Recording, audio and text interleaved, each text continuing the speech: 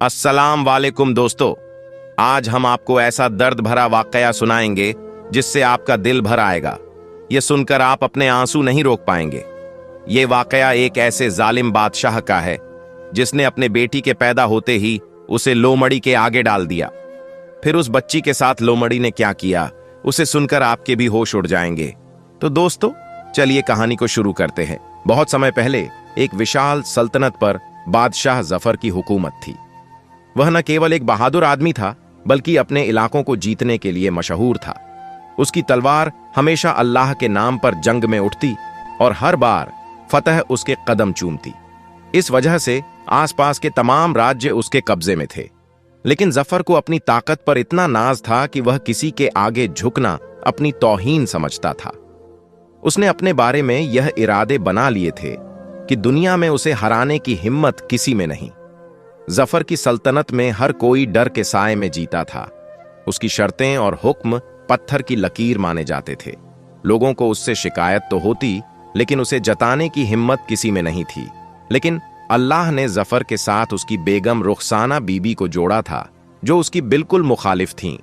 रुखसाना न केवल बेइंतेहा खूबसूरत थीं बल्कि उनका दिल भी बेहद साफ और नर्म था।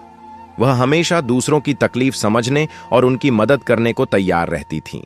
रुखसाना का मानना था कि सल्तनत सिर्फ तलवार और ताकत से नहीं चलती बल्कि प्रजा की मोहब्बत और भलाई से चलती है। यही वजह थी कि वह अक्सर पर्दे के पीछे से गरीबों और जरूरतमंदों की मदद करती। उनका रहमदिल स्वभाव प्रजा के बीच उन्हें बेहद अजीज बनाता था। लोग उन्हें अपनी मददगार कहते थे, मलिका कहते थे। लेकिन रुखसाना अपने शौहर जफर के सख्त रवैये से परेशान रहती थीं। वह अक्सर अल्लाह से दुआ करतीं कि जफर का दिल थोड़ा नरम हो जाए। एक दिन जब रुखसाना को पता चला कि वह हामला है, यानी कि प्रेग्नेंट, तो पूरे महल में खुशी की लहर दौड़ गई। जफर को यकीन था कि अल्लाह ताला उसे एक बेटा देगा जो उसका वारिस बनेगा और उसकी सल्तनत को आगे बढ़ाएगा।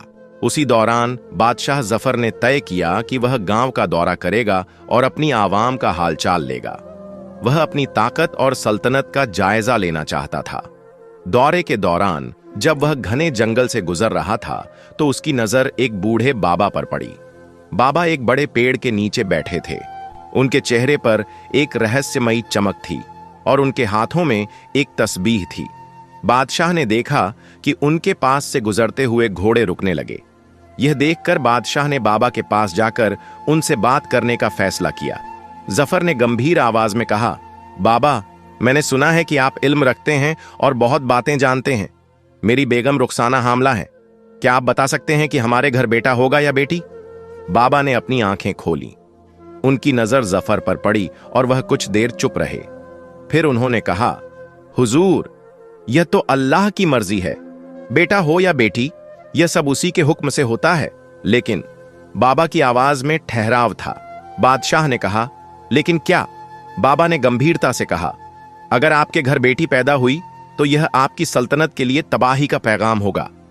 आपकी ताकत कमजोर पड़ जाएगी और एक दिन आपका तख्त भी छिन जाएगा। जफर यह सुनकर गुस्से से आग बबूला हो गया। उसने बाबा की ओर उंगली उठाकर कहा, क्या तुम मुझे पागल समझते हो? मेरी ताकत को कोई छू भी नहीं सकता। ऐसी बातें करना बंद करो। बाबा ने बिना डरे कहा, हुजूर, जो बात अल्लाह के हुक्म से है उसे कोई बदल नहीं सकता। आप माने या ना माने, पर यह हकीकत है। जफर ने गुस्से में बाबा को झूठा कहा और वहां से निकल गया। लेकिन बाबा की बातें उसके दिल में एक डर का बीज बो चुकी थीं। महल में लौटने के बाद बादशाह जफर ने कई बार उस बाबा की बातों को अपने दिमाग से निकालने की कोशिश की। वह बार बार खुद से कहता, यह सब बकवास है। मेरे साथ ऐसा कुछ नहीं हो सकता। मैं जफर हूं, अजय और ताकतवर। मेरी किस्मत मेरी मर्जी से चलती है। लेकिन जितना वह उन बातों को भुलाने की कोशिश करता, उतनी ही वे बातें उसके मन में गूंजती रहीं। बादशाह ने अपने दरबार में होने वाली हर गतिविधि पर नजर रखना शुरू कर दिया। वह अपने मंत्रियों और सैनिकों से अधिक सतर्क हो गया। किसी पर भी भरोसा करना उसे मुश्किल लगने लगा। उसकी नींद कम हो गई और जब भी वह सोने की कोशिश करता, बाबा की बातें उसके कानों में गूंजने लगतीं। कुछ दिनों बाद जब बादशाह जफर महल की बालकनी में खड़े होकर आवाम का हाल चाल ले रहे थे, तो अचानक उन पर एक तीर से हमला हुआ। तीर उनकी बगल से निकल गया और वो बाल बाल बच गए। बादशाह के चेहरे पर हवाइयां उड़ने लगीं। उसने तुरंत गुस्से में अपने सैनिकों को आदेश दिया, हमलावर को हर हाल में पकड़ो, उसे सजाए मौत दी जाएगी। लेकिन हमलावर का कोई पता नहीं चला। यह घटना उसके मन में बैठ गई। उसने सोचा, क्या यह वही खतरा है जिसकी बात उस बूढ़े बाबा ने की थी? कुछ दिनों बाद जब जफर शाही दावत में शामिल हुए और अपने महल के भोजन कक्ष में खाना खा रहे थे, तो अचानक झूमर टूटकर गिर पड़ा। झूमर उसके सिर के पास गिरा, लेकिन अल्लाह का करम था कि वह सुरक्षित रहे। यह दूसरी घटना ने उसे भीतर से हिलाकर रख दिया। अब उसे लगने लगा कि कुछ न कुछ अजीब हो रहा है। एक दिन जफर ने अपनी बेगम रुखसाना को अपने कमरे में बुलाया। रुखसाना, जो उस वक्त 8 महीने की हामला थीं, बादशाह के कमरे में पहुंची। जफर ने गहरी आवाज में कहा, रुखसाना, मैं तुमसे कुछ जरूरी बात करना चाहता हूं। रुखसाना ने मुस्कुराते हुए कहा, जी हुजूर, फरमाइए। जफर ने कहा, अगर हमारे घर बेटा हुआ तो यह सल्तनत के लिए अच्छी बात होगी, लेकिन अगर बेटी हुई। इतना कहकर जफर रुक गया। रुखसाना ने उत्सुकता से पूछा, तो क्या हुजूर? जफर ने ठंडी सांस लेते हुए कहा, अगर बेटी हुई तो उसे इस महल में जगह नहीं मिलेगी, तुम उसे फेंक देना। यह सुनते ही रुखसाना सन्न रह गई। उनकी आंखों से आंसू छलक पड़े। उन्होंने कांपते हुए कहा, यह आप क्या कह रहे हैं हुजूर? यह औलाद हमारी नेमत है, अल्लाह का तोहफा है, फिर चाहे बेटा हो या बेटी क्या फर्क पड़ता है? लेकिन जफर ने गुस्से में कहा, मैंने जो कहा वह आखिरी बात है, क्योंकि मुझे जंगल में एक बहुत पहुंचे हुए बाबा मिले थे। उन्होंने कहा, अगर बेटी हुई तो यह सल्तनत के लिए खतरा बनेगी, मैं ऐसा जोखिम नहीं उठा सकता। रुखसाना ने अपने आंसुओं के बीच कहा, हुजूर, वो बाबा आपको बेवकूफ बना रहे होंगे, अल्लाह पर भरोसा रखिए। जफर का चेहरा लाल हो गया। उसने गुस्से से कहा, क्या तुम मुझे बेवकूफ समझती हो? मैं जो कह रहा हूं उसे समझो। अगर बेटी हुई तो उसका इस महल में कोई हक नहीं होगा। रुखसाना ने बहुत मिन्नतें की, लेकिन जफर ने उनकी एक भी बात नहीं सुनी। वह गुस्से से वहां से चला गया। कुछ समय बाद रुखसाना ने एक बेटे को जन्म दिया। यह सुनते ही पूरे महल में खुशी की लहर दौड़ गई। जफर ने खुशी खुशी अपने बेटे को गोद में उठाया और कहा, यह मेरा वारिस है, यह मेरी ताकत और सल्तनत को आगे बढ़ाएगा। 2 साल बीत गए।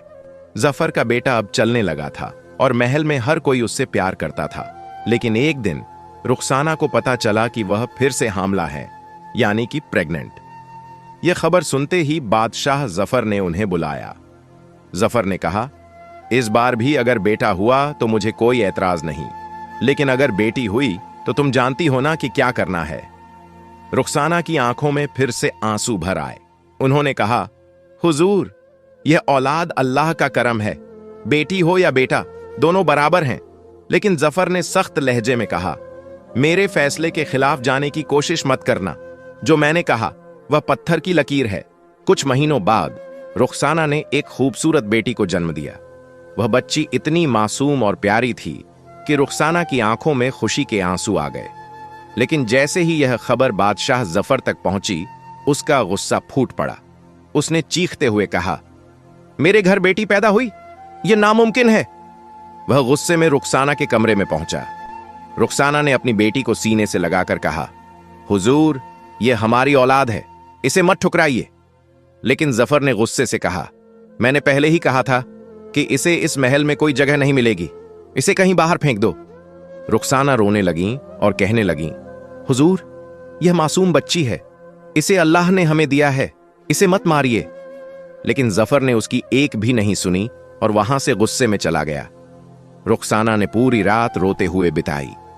अगले दिन सुबह जब सभी सो रहे थे, वह अपनी बेटी को एक कपड़े में लपेटकर महल से बाहर निकल गईं। वह जंगल के बीच पहुंची और एक बड़े पेड़ के नीचे रुक गईं। उन्होंने अपनी बेटी को प्यार से देखा और कहा, या अल्लाह, मैं इसे बचा नहीं सकती, लेकिन मैं इसे मार भी नहीं सकती। यह बच्ची आपकी अमानत है, इसकी हिफाजत करना। फिर उन्होंने अपनी बेटी को वहां रखा और आंसुओं के साथ दुआ मांगते हुए लौट गई। कुछ देर बाद उस बच्ची के पास एक लोमड़ी आ पहुंची। उसने बच्ची को देखा और उसे सूंघने लगी। आमतौर पर जानवर इंसानों से डरते हैं, लेकिन यह लोमड़ी जैसे अल्लाह के हुक्म से बच्ची को नुकसान पहुंचाने के बजाय उसकी रखवाली करने लगी। लोमड़ी ने बच्ची को धीरे से अपने मुंह में उठाया और उसे एक गुफा में ले गई। उसने बच्ची को अपने बच्चों की तरह अपनाया। जब लोमड़ी उस बच्ची को अपने मुंह में लेकर गुफा में पहुंची तो वहां एक साधारण सा गरीब आदमी रहता था। उसका नाम इब्राहिम था। वह एक दयालु इंसान था जो जंगल में रहकर लकड़ियां काटता और उन्हें बेचकर अपनी गुजर बसर करता था। वह गुफा में ही रहता था। जब इब्राहिम ने गुफा में लोमड़ी को बच्ची के साथ देखा तो वह हैरान रह गया। उसने धीरे धीरे लोमड़ी के पास जाकर बच्ची को अपनी गोद में उठा लिया। लोमड़ी ने कोई विरोध नहीं किया, जैसे उसे भी यह समझ आ गया हो कि यह बच्ची अब इब्राहिम की जिम्मेदारी है। इब्राहिम ने बच्ची को देखा और कहा, या अल्लाह, यह बच्ची यहां कैसे आई? यह तो बहुत मासूम और प्यारी है। शायद तूने इसे मेरी जिम्मेदारी बना दिया है। मैं इसे अपनी औलाद की तरह पालूंगा। इब्राहिम ने बच्ची को अपने पास रखा, उसके लिए दूध का इंतजाम करवाया और उसकी देखभाल करना शुरू कर दिया। कुछ दिन बाद बेगम रुखसाना ने अपनी बच्ची की याद में बेचैन होकर जंगल जाने का फैसला किया। वह जानती थीं कि उन्होंने अपनी बच्ची को अल्लाह की हिफाजत में छोड़ दिया था, लेकिन उनका दिल चैन से नहीं बैठा। जब वह उसी गुफा के पास पहुंची तो उन्होंने इब्राहिम को देखा जो बच्ची को दूध पिला रहा था। यह देखकर रुखसाना की आंखों में आंसू आ गए। वह इब्राहिम के पास गईं और उनसे कहा, यह बच्ची मेरी है। मैं इसे यहां छोड़कर गई थी। मेरे शौहर बादशाह जफर ने इसे अपनाने से इनकार कर दिया था। मैं मजबूर थी। इब्राहिम ने रुखसाना की बातें सुनी और कहा, बेगम साहिबा, आप चिंता मत करें। यह बच्ची अब मेरी बेटी की तरह है। मैं इसका ख्याल रखूंगा। रुखसाना ने इब्राहिम को कुछ पैसे दिए और कहा, इस बच्ची का नाम सकीना है। यह मेरे लिए बहुत अजीज है। मैं चाहती हूं कि आप इसे अपनी बेटी की तरह पालें और अगर कभी कोई जरूरत हो तो मुझे खबर करें। इब्राहिम ने वादा किया कि वह सकीना का हमेशा ख्याल रखेगा। समय बीतता गया। सकीना अब जवान हो गई थी। उसने इब्राहिम को अपना अब्बू मान लिया था। वह बहुत मेहनती और रहमदिल थी, ठीक अपनी मां रुखसाना की तरह। दूसरी तरफ महल में बादशाह जफर और रुखसाना अब बूढ़े हो गए थे। जफर का बेटा सल्तनत की जिम्मेदारियां संभालने लगा था, लेकिन जफर का दिल हमेशा बेचैन रहता था। एक दिन जफर ने आवाम का हालचाल लेने के लिए फिर से जंगल का दौरा करने का फैसला किया।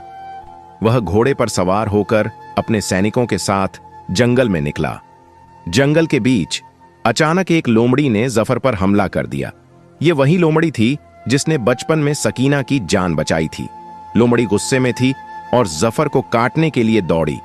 जफर ने खुद को बचाने की कोशिश की, लेकिन वह गिर पड़ा। तभी अचानक एक लड़की वहां आ गई। वह सकीना थी। उसने देखा कि लोमड़ी जफर को नुकसान पहुंचाने वाली है। सकीना ने हिम्मत दिखाते हुए लोमड़ी को शांत किया। उसने लोमड़ी को अपने पास बुलाया और धीरे धीरे उसे वहां से भगा दिया। बादशाह जफर, जो घायल हो चुका था, उसने सकीना को देखा और कहा, तुमने मेरी जान बचाई, मैं तुम्हारा शुक्रिया अदा करता हूं। सकीना ने कहा, यह मेरी इंसानियत थी हुजूर, आपको बचाना मेरा फर्ज था। महल लौटने के बाद जफर ने अपनी बेगम रुखसाना को पूरी घटना बताई। उसने कहा, आज जंगल में एक लड़की ने मेरी जान बचाई। वह बहुत नेक दिल और बहादुर थी। पता नहीं क्यों, लेकिन उसे देखकर मुझे अजीब सा सुकून महसूस हुआ। रुखसाना की आंखों में आंसू आ गए। उन्होंने धीरे से कहा, हुजूर, वह लड़की कोई और नहीं बल्कि हमारी अपनी बेटी है। जफर ने चौंक कर कहा, यह तुम क्या कह रही हो रुखसाना? रुखसाना ने बताया, जब आपने उसे अपनाने से इनकार कर दिया था तो मैंने मजबूरी में उसे जंगल में छोड़ दिया, लेकिन मैंने एक नेक दिल इंसान को उसकी देखभाल करने को कहा था। वह बच्ची हमारी बेटी सकीना है। जफर को यह सुनकर गहरा धक्का लगा। उसने कहा, क्या मैंने अपनी बेटी को ठुकरा दिया था? यह कैसी खता हो गई थी मुझसे? जफर और रुखसाना ने तुरंत गुफा का रुख किया। जब वे वहां पहुंचे तो उन्होंने इब्राहिम और सकीना को देखा। जफर ने सकीना को देखकर कहा, सकीना, मुझे माफ कर दो। मैं तुम्हारा गुनहगार हूं। मैंने तुम्हें इस दुनिया में ठुकराया, लेकिन तुमने फिर भी मेरी जान बचाई। सकीना, जो इन सारी बातों से अनजान थी, चुपचाप खड़ी रही। रुखसाना ने उसे गले लगाते हुए कहा, बेटी, मैं तुम्हारी माँ हूं। मैंने तुम्हें इस दुनिया में लाने के बाद भी तुम्हें खो दिया, लेकिन अब मैं तुम्हें कभी नहीं छोड़ूंगी। इब्राहिम ने यह देख कर कहा, बादशाह सलामत, यह लड़की वाकई में फरिश्ते की तरह आई और आपकी जान बचाई। आपने जो गलती की थी, अल्लाह ने उसे माफ कर दिया। अब इसे अपनी बेटी के तौर पर अपनाइए। जफर ने सकीना से वादा किया कि वह उसे अपनी बेटी की तरह प्यार करेगा। वह उसे महल ले आया और पूरे सल्तनत में ऐलान कर दिया कि सकीना उसकी बेटी है। सकीना ने अपने माँ बाप को माफ कर दिया और इब्राहिम को भी अपने साथ महल में ले आई।